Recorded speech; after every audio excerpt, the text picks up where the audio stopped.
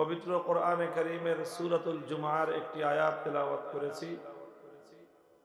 আমার এই তেলাওয়াতকৃত আয়াতের মধ্যে আল্লাহ পাক রব্বুল আলামিন মাকসাদে বিআসাতে রাসূল সাল্লাল্লাহু আলাইহি ওয়াসাল্লাম তথা নবী করিম সাল্লাল্লাহু আলাইহি ওয়াসাল্লামের আগমনের মুখ্য উদ্দেশ্য কি সেটা আল্লাহ পাক আলোচনা করেছেন। নবীজিকে আল্লাহ কেন পাঠালেন, নবীজির কি কাজ, তিনি কি করেছেন, নবীজি কি করেছেন, ইতিহাস তো তার প্রমাণ। আমাদের নবী সরওয়ারে কায়নাত রাহমাতুল আলামিন সাল্লাল্লাহু আলাইহি ওয়াসাল্লাম পৃথিবীতে এমন একটা সময় প্রেরিত হয়েছিলেন যেই সময়টাকে দ্য এজ অফ ডার্কনেস, অন্ধকারের যুগ বলা হতো, বর্বরতার যুগ, আইয়ামে জাহেলিয়াতের যুগ। আর আল্লাহ রাসূল সাল্লাল্লাহু আলাইহি ওয়াসাল্লাম এই সমাজ এবং এই পরিবেশটাকে এমন একটা পরিবেশে পরিণত করেছিলেন যেই পরিবেশটাকে বিশ্ব সভ্যতার সবচেয়ে সুন্দর, সোনালী এবং আদর্শ যুগ বলা যায়। সেই মানবতার স্বর্ণালী ইতিহাস আল্লাহ রাসূল সাল্লাল্লাহু আলাইহি ওয়াসাল্লামের সেই সমাজ ব্যবস্থা গড়ে উঠেছিল।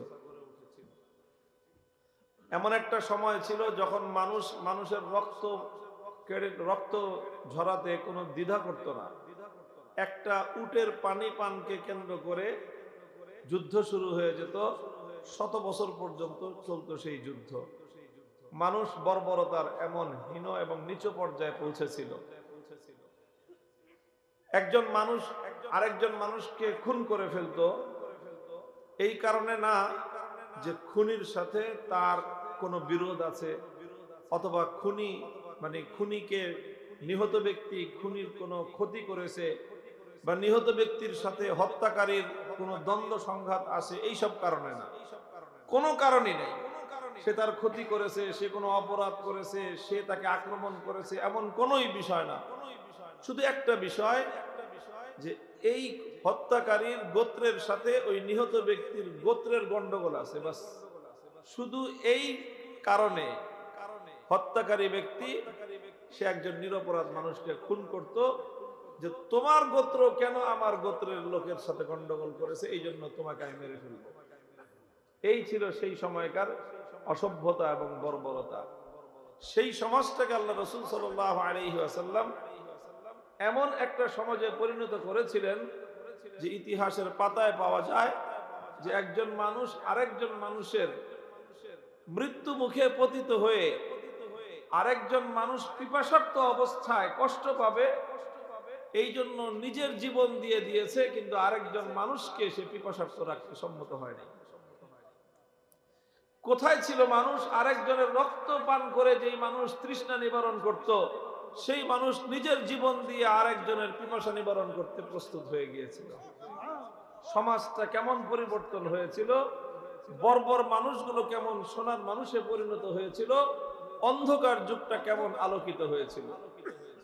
এগুলো তো শুধু আমাদের বলা কথা নয়, বরং ইতিহাসের স্বর্ণালী পাতায় এই ইতিহাসের দৃষ্টান্তগুলো জল করে বিশ্ববাসীর সামনে ভাস্বর হয়ে আছে। আজ আবার আমরা ঘুরতে ঘুরতে ইন্নাজ জামানা কাদ ইস্তাদারা, পৃথিবী আবার সেই বর্বরতার যুগে ফিরে এসেছে। আবারও সেই অসভ্যতা, আবারও সেই বর্বরতা।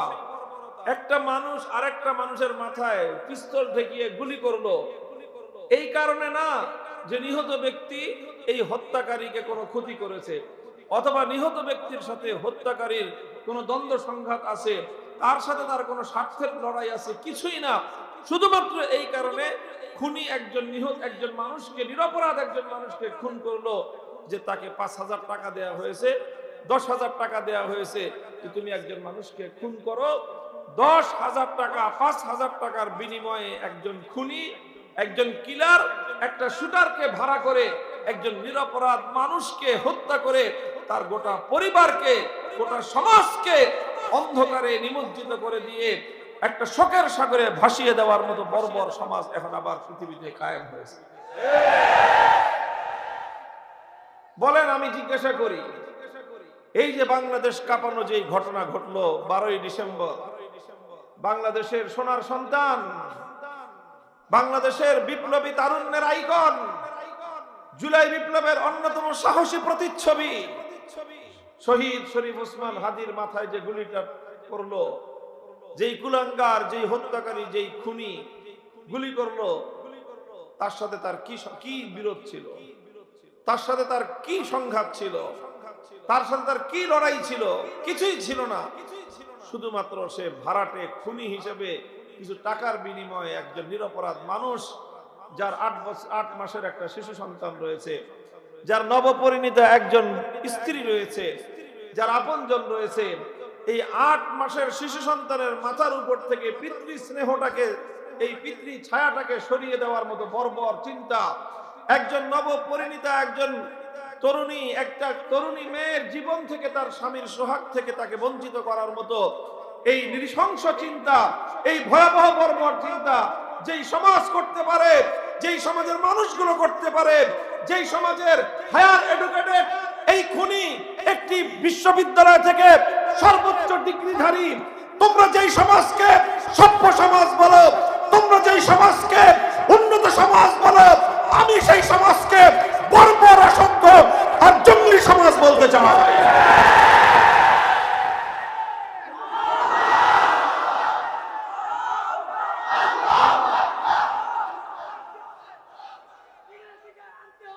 মুহতারাম হাজিরিন, ঘটনা শুধু একটা আলোচনায় এসেছে, পত্র পত্রিকার মিডিয়ায় শুধুমাত্র একটা ঘটনা আলোচিত হয়েছে।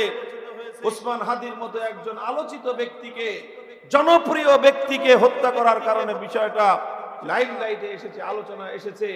অসংখ্য অগণিত হত্যাকাণ্ড প্রতিনিয়ত ঘটছে।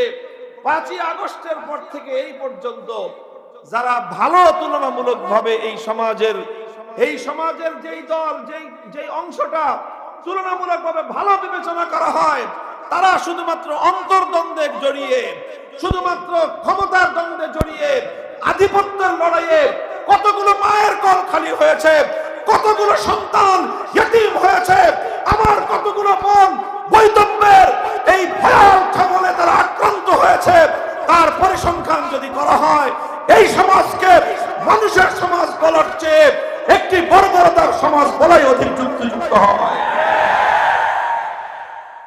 মুহতারাম হাজিরিন, বলতে চাই, আবার নতুন করে সেই জাহেলিয়াত সমাজকে গ্রাস করতে উদ্যত হয়েছে।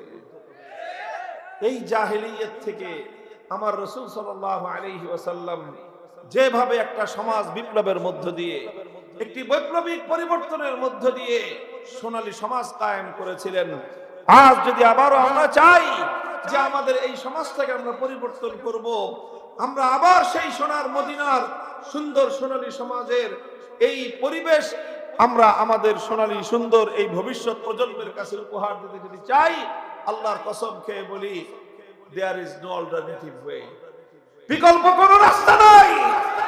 তোমাকে আল্লাহর পয়গম্বরের আদর্শের কাছে আসতে হবে, তোমাকে সেই সোনার মদিনার সভ্য সমাজ থেকেই তোমাকে শিক্ষা গ্রহণ করতে হবে। প্রশ্ন হলো, নবী আকরাম সাল্লাল্লাহু আলাইহি ওয়াসাল্লাম এই ইনকিলাব, এই বিপ্লব, এই পরিবর্তন কিভাবে এনেছিলেন? আল্লাহ নবীর কাছে এমন কি জীবন কাঠি ছিল যার ছোঁয়ায়, জাদুকরী ছোঁয়ায় এইরকম একটা বৈপ্লবিক পরিবর্তন এসেছিল? কোরআনে কারীমের তেলাওয়াতকৃত আয়াতের মধ্যে আল্লাহ পাক রব্বুল আলামিন আমার নবীর সেই বৈপ্লবিক কর্মসূচিটাই বর্ণনা করেছেন। ধাপে ধাপে তিনি কিভাবে স্টেপ বাই স্টেপ সেই বর্বর সমাজটাকে সুন্দর সমাজে পরিণত করলেন। হুয়াল্লাযী আরসালা রাসূলাহু বিল হুদা ওয়া দীনিল হাক্কি লিইয়ুযহিরাহু আলাদ দীনি কুল্লিহি হুয়াল্লাযী বা'আসা ফিল উম্মিয়্যিনা রাসূলাম মিনহুম ইয়াতলু আলাইহিম আয়াতিহি ওয়া ইউযাক্কিহিম ওয়া ইউআল্লিমুহুমুল কিতাবা ওয়াল হিকমাহ ওয়া ইন কানু মিন ক্বাবলু লাফী দালালিন মুবিন। আল্লাহ বলেন যে তিনি নিরক্ষর, অশিক্ষিত, মূর্খ মানুষদের কাছে একজন রাসূল প্রেরণ করলেন। রাসূলাম মিনহুম, সেই অশিক্ষিত মূর্খ একটি পশ্চাৎপর বেদুইন মরু সভ্যতার একটি জাতির মধ্য থেকে আল্লাহ পাক রব্বুল ইজ্জত একজন রাসূল প্রেরণ করলেন। সেই রাসূল 4 দফা কর্মসূচি নিয়ে আল্লাহর পক্ষ থেকে আগমন করলেন। কয় দফা কর্মসূচি? 1 নম্বর কর্মসূচি ছিল ইয়াতলু আলাইহিম আয়াতিহি, তিলাওয়াতে কিতাবুল্লাহ। 2 নম্বর কর্মসূচি ছিল তালিমে কিতাবুল্লাহ। 3 নম্বর কর্মসূচি ছিল তালিমে হিকমাত। 4 নম্বর কর্মসূচি ছিল তাজকিয়া। তিলাওয়াতে কিতাবুল্লাহ, তালিমে কিতাবুল্লাহ, হিকমাতু কিতাবিল্লাহ, আত-তাজকিয়াতু বিকিতাবিল্লাহ। 4 কর্মসূচির মাধ্যমে সেই বর্বর অসভ্য মানুষগুলোকে আল্লাহর পয়গম্বর সাল্লাল্লাহু আলাইহি ওয়াসাল্লাম সোনার মানুষে পরিণত করেছিলেন। জাহেলি যুগকে তিনি আলোকিত যুগে রূপান্তরিত করেছিলেন। 4টা কাজ। আলোচনা তো লম্বা করব না। 4টা কাজের ছোট্ট ছোট্ট একটু বিশ্লেষণ করে কিভাবে আল্লাহর নবী কাজগুলো করেছিলেন এবং এই 4 কাজের ধাপগুলো বর্ণনা করে একটা উপসংহার টেনে আলোচনা সমাপ্তির দিকে নিয়ে যাব। রাসূল আকরাম সাল্লাল্লাহু আলাইহি ওয়াসাল্লামের সর্বপ্রথম বুনিয়াদি কর্মসূচি, আল্লাহর নবী যে বিপ্লব করেছিলেন, সেই বিপ্লবের ভিত, সেই বিপ্লবের বুনিয়াদ ছিল তিলাওয়াতু কিতাবিল্লাহ, ইয়াতলু আলাইহিম আয়াতিহি। আল্লাহর নবী উম্মতের ঘরে ঘরে কোরআনে কারীমের তেলাওয়াতের গুঞ্জরণ তুলেছিলেন। ঘরগুলো থেকে নারী আর পুরুষরা কোরআনের তেলাওয়াত করত। ঘরের শিশুরা মায়ের গর্ভ থেকে জন্ম নিয়ে মায়ের বুকের দুধ ছাড়ার পরেই তারা আল্লাহর কিতাবের তেলাওয়াত শিখতে আরম্ভ করত। বৃদ্ধ বৃদ্ধা, যুবক যুবতী, শিশু কিশোর, এমনকি একেবারে সদ্য নবজাতক কিছুদিন পরেই যখন তার মুখে কথা ফুটতো, তখন তার মুখের কথায়, মুখের ভাষায় আল্লাহর কোরআনে কারীমের আয়াত তেলাওয়াত হতে থাকত। ইয়াতলু আলাইহিম আয়াতিহি, তেলাওয়াতে কিতাবুল্লাহ। এটা ইসলামের, আল্লাহর রাসূল সাল্লাল্লাহু আলাইহি ওয়াসাল্লামের সর্বপ্রথম এবং সবচেয়ে বুনিয়াদি বৈপ্লবিক কর্মসূচি। এটা খুব ভালো করে বুঝতে হবে। আমরা অনেকে কোরআনে কারীমের তেলাওয়াতকে একটা মামুলি বিষয় মনে করি। আমরা মনে করি 8-10টা কিতাব যেরকম পড়া, কোরআনে কারীমের তেলাওয়াত, কোরআন পড়া, এটাও এরকম একটা পড়া। অনেকে আবার এক ধাপ অগ্রসর হয়ে এটাও বলে যে কোরআনে কারীম না বুঝে পড়লে কি লাভ, এটা শুধুমাত্র তোতা পাখির মতো রটনা করলে লাভ আছে কোনো? মুহতারাম হাজিরিন, যারা এরকম কথা বলে তারা মূলত আল্লাহর কোরআনে কারীমের তেলাওয়াতের যে সত্যিকার পাওয়ার এবং তার শক্তি সম্পর্কে অজ্ঞ, জানে না।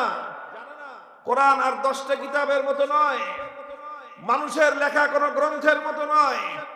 তুমি কাব্যগ্রন্থ না বুঝে পড়লে কবিতার মর্মার্থ তুমি বুঝবে না।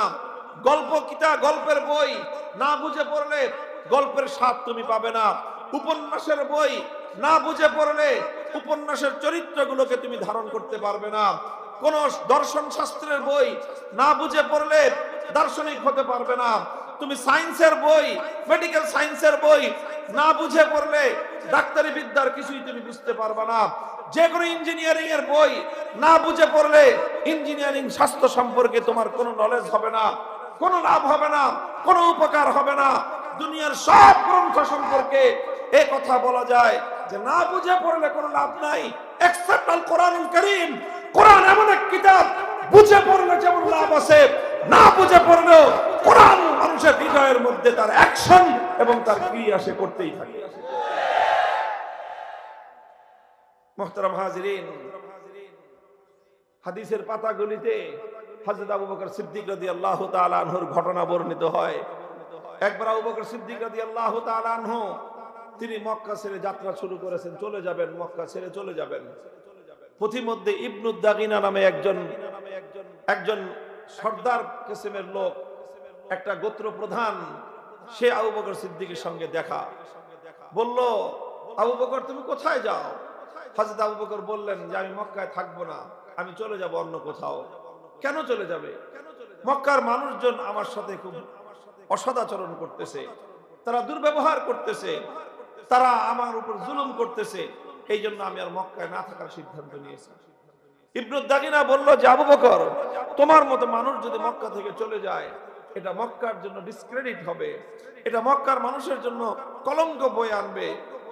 আরবের মানুষরা মক্কার মানুষকে খারাপ মনে করবে, বলবে যে যেই সমাজ, যেই এলাকার মানুষ আবু বকরকে তাদের এলাকায় রাখতে পারে না, আবু বকরের মতো মহানুভব মানুষ যেই এলাকার মানুষের উৎপীড়নের কারণে এলাকা ছেড়ে চলে যায়, সেই এলাকাটা খুবই বাজে এলাকা, সেই এলাকার মানুষ খুব খারাপ, বদনাম চারিদিকে ছড়ায়া যাবে। কাজী তুমি এই এলাকা ছেড়ে যেতে পারবে না, তোমার কি সমস্যা আমি দেখব। ইবনু দাগিনা হযরত আবু বকরকে নিয়ে মক্কায় আসলো। মক্কায় এসে মক্কার লোকজনদেরকে জমায়েত করলো। লোকজনদেরকে জমায়েত করে বলল যে দেখো, আবু বকরের মতো পরোপকারী মানুষ, যার সম্পদের দ্বারা দরিদ্রের উপকার হয়, যার আহারের দ্বারা ক্ষুধার্ত মানুষের তার ক্ষুধা মিটে, যার সম্পদের দ্বারা অসুস্থ মানুষের চিকিৎসা হয়, এইরকম একজন মহানুভব পরোপকারী মানুষ যদি এই এলাকায় থাকতে না পারে, তাহলে এই এলাকার মানুষের জন্য একটা চরম দুর্ভাগ্যের বিষয় হবে, তাদের জন্য দুর্নামের কারণ হবে। কাজী তোমরা আবু বকরকে উৎপীড়ন করো না, তার সঙ্গে অসদাচরণ করো না, আবু বকরকে মক্কায় থাকতে দাও। মক্কার লোকেরা বলেছিল ঠিক আছে, আবু বকর থাকবে, আমাদের কোনো আপত্তি নাই। সে আমাদের বাপদাদার ধর্ম ছেড়ে মুহাম্মদের ধর্ম গ্রহণ করেছে সাল্লাল্লাহু আলাইহি ওয়াসাল্লাম, সেটা নিয়েও আমাদের আপত্তি নাই। সে তার ধর্মকর্ম করুক, সে তার নবী নামক তার মুহাম্মদ সাল্লাল্লাহু আলাইহি ওয়াসাল্লামের উপর নাজিলকৃত কোরআন পড়ুক, সেটা নিয়েও কোনো আমাদের আপত্তি নাই। কিন্তু আমাদের শুধু একটা শর্ত মানতে হবে। কি শর্ত? আবু বকর কোরআন তেলাওয়াত করবে, সে তার ঘরের বাইরে আঙ্গিনায় তেলাওয়াত করে, উঠানে দাঁড়িয়ে তেলাওয়াত করে, ওটা করতে পারবে না। সে তার ঘরের ভিতরে দরজা বন্ধ করে, জানালা বন্ধ করে সারা দিন রাত 24 ঘন্টা তেলাওয়াত করুক, আমাদের কোনো আপত্তি নেই। আরে ভাই, এটা কেমন কথা? ঘরের মালিক আবু বকর, উঠানের মালিকও তো সেই। তো সে তার উঠানে দাঁড়ায় তার কোরআন পড়বে, তোমার সমস্যা কি? না, সমস্যা আছে, আমাদের বিরাট সমস্যা। তোমাদের কি সমস্যা? আবু বকর তার বাড়িতে দাঁড়ায়, তার উঠানে দাঁড়ায় কোরআন তেলাওয়াত করলে, সে যদি উন্মুক্ত জায়গায় দাঁড়িয়ে কোরআন তেলাওয়াত করতে আরম্ভ করে, তাহলে সমস্যা যেটা হয় যে আবু বকরের এই আবেগ মাখা কণ্ঠের কোরআনের তেলাওয়াত, এটা হ্যামিলনের বাঁশিওয়ালার মতো আমাদের ঘরগুলো থেকে আমাদের ছোট ছোট বাচ্চাদেরকে, আমাদের নারীদেরকে, গোটা এলাকার মানুষকে এমন ভাবে আকর্ষণ করতে থাকে, লোহাকে যেরকম চুম্বকের মতো আকর্ষণ করতে থাকে।